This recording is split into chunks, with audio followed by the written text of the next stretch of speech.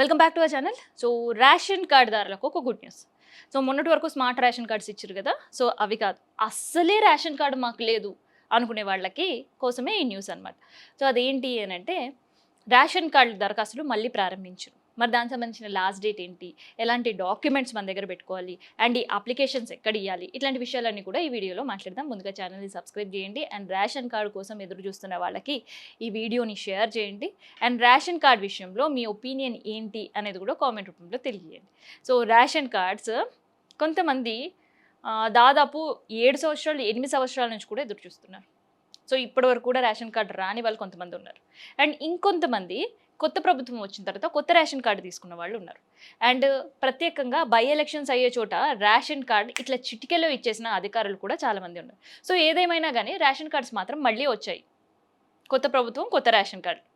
So పాత ప్రభుత్వం ఇచ్చిన రేషన్ కార్డులు కూడా స్మార్ట్ కార్డుగా మారిపోయాయి. సో ఇప్పుడు అసలే రేషన్ కార్డు లేదు. ఇప్పటి వరకు అసలు రేషన్ కార్డు అప్లైయే చేయలేదు. సో రేషన్ కార్డ్ అప్లికేషన్ సంబంధించి ఎన్నిసార్లు చేసినా రాలేదు. ఇట్లా ఉండే వాళ్ళందరూ కూడా ఇంకొక అవకాశం కల్పించింది సర్కార్. అదేంటి అంటే కొత్త రేషన్ కార్డుల అప్లికేషన్. సో కొత్త రేషన్ కార్డ్ కోసం ఎదురు చూస్తున్న వాళ్ళు మళ్ళీ అప్లై చేసుకునే అవకాశం. సో ఎలా అప్లై చేయాలి అండ్ ఎలాంటి డాక్యుమెంట్స్ ఉండాలి అని అనుకుంటున్నారు కదా. సో ఎవరైతే ఇప్పుడు సపోజ్ ఒక ఫ్యామిలీ ఊళ్ళో కొడుకు కోడలు, తర్వాత పెద్ద కొడుకు పెద్ద కోడలు, చిన్న కొడుకు, ఇట్లా ఫ్యామిలీ మొత్తం ఒక ఫుల్ ఫ్యామిలీ ఉన్నప్పుడు, ఒక బిగ్ ఫ్యామిలీ, ఒక జాయింట్ ఫ్యామిలీ ఉన్నప్పుడు ఆ ఫ్యామిలీ మెంబర్స్ సంబంధించిన రేషన్ కార్డ్ అంతా ఒక చోటు ఉంటుంది. సో కొంతమంది ఆల్రెడీ అప్లై చేసిన వాళ్ళు ఉంటారు, వాళ్ళకి వచ్చి ఉంటుంది. కానీ ఆల్రెడీ ఇందులో కూడా ఉండే వాళ్ళకి కేవైసీ కంప్లీట్ చేసిన తర్వాత అవి ఎగిరిపోయి. సో అసలే రేషన్ కార్డు లేదు అనుకునే వాళ్ళు మాత్రమే ముందుగా ఈ రేషన్ కార్డు అప్లై చేసుకోవడానికి అర్హులు. సో రేషన్ కార్డులో పేరు ఉండి మళ్ళీ అప్లై చేసుకుంటే పూర్తిగా రేషన్ కార్డే క్యాన్సిల్ చేసే పరిస్థితి ఉంటుంది. ఎందుకంటే వెరిఫికేషన్ ఏతో జరుగుతుంది ఇక్కడ, అందుకని. సో ఈ విషయంలో చాలా జాగ్రత్తగా ఉండాలి. అసలు రేషన్ కార్డు మాకు లేనే లేదు అన్న వాళ్ళు మాత్రమే అప్లై చేయండి. అండ్ రేషన్ కార్డులో ఆల్రెడీ పేరుండి ఇప్పుడు మళ్ళీ కొత్తగా రేషన్ కార్డు అప్లై చేసుకునే వాళ్ళు ఫస్ట్ ఆ పాత రేషన్ కార్డులో పేరు తొలగించుకున్న తర్వాతనే కొత్త రేషన్ కార్డు అప్లికేషన్స్ చేసుకోవాలంట. లేదంటే మళ్ళీ రేషన్ కార్డు రిజెక్ట్ అవుతుందంట. సో కొత్తది రిజెక్ట్ అవుతుంది, పాత దాంట్లో నుంచి మీ పేరు కూడా తొలగిస్తారట. సో ఆ సీరియస్నెస్ మాత్రం ఖచ్చితంగా ఉండాల్సింది. రెండోది, రేషన్ కార్డు అప్లై చేసే వాళ్ళకి వార్షిక ఆదాయం, వాళ్ళు ఇన్కేస్ సిటీలో ఉంటే మాత్రం వాళ్ళకి 2 లక్షల వరకు అవకాశం. అదే గ్రామీణ ప్రాంతాల్లో ఉండే వాళ్ళకి 1,50,000 వరకు ఉంటే సరిపోయింది. అండ్ ఎవరు కూడా ఇన్కమ్ ట్యాక్స్ పేయర్ కాకుండా ఉండాలి. అటు గ్రామాల్లో ఉండే వాళ్ళైనా లేదంటే ఇటు సిటీలో ఉండే వాళ్ళైనా. అది రెండో నిబంధన. సో మూడో నిబంధన ఏంటి అంటే వాళ్ళు గవర్నమెంట్ ఎంప్లాయీస్ కాకుండా ఉండాలి. అండ్ దాంతోపాటు ప్రభుత్వ ఉద్యోగులు కాకపోతే ఏముంది, కాంట్రాక్ట్ ఉద్యోగులు అప్లై చేసుకోవచ్చు కదా అంటే కాంట్రాక్ట్ ఉద్యోగులకు కూడా ఇక్కడ అవకాశం లేదు.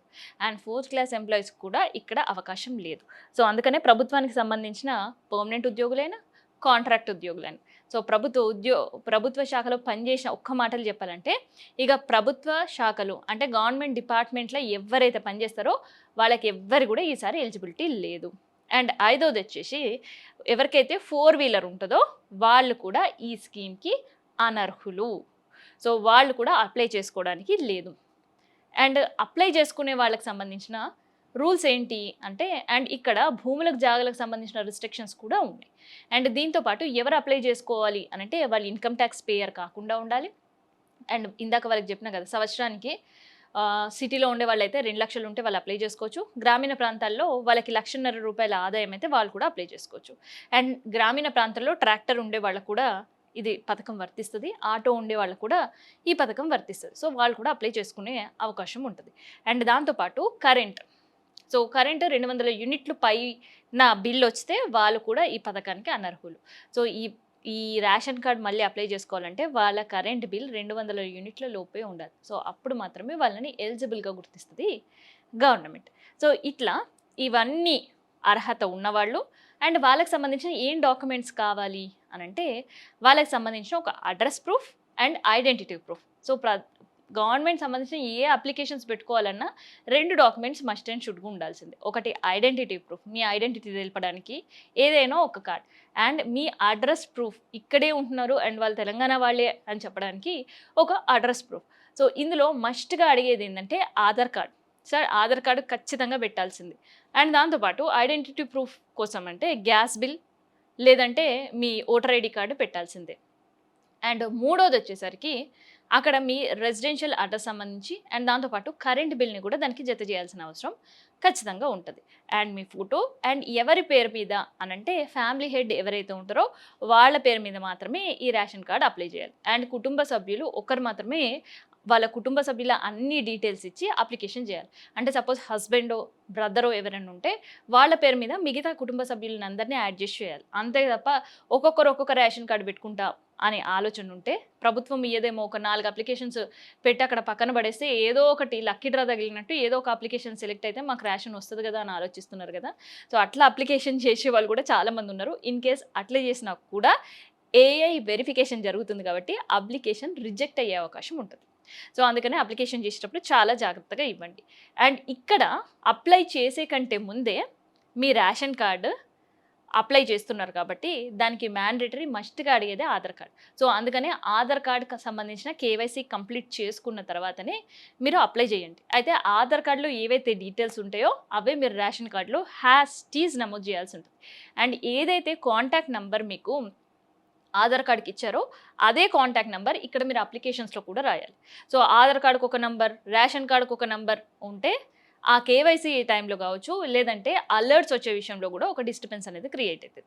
సో ఇలాంటి చిన్న చిన్న జాగ్రత్తలు అండ్ ఇలాంటి డాక్యుమెంట్స్ దగ్గర పెట్టుకొని మీరు మీ సేవకి వెళ్ళాల్సి ఉంటుంది. సో మీ సేవలో మాత్రమే ఈ అప్లికేషన్స్ ఇవ్వడానికి అవుతుంది. లేదు అనంటే మండల ఆఫీస్లో అప్లికేషన్ తీసుకొని ఈ అన్ని డాక్యుమెంట్స్ జతపరిచి వాళ్ళకి సబ్మిట్ చేయాల్సి ఉంటుంది.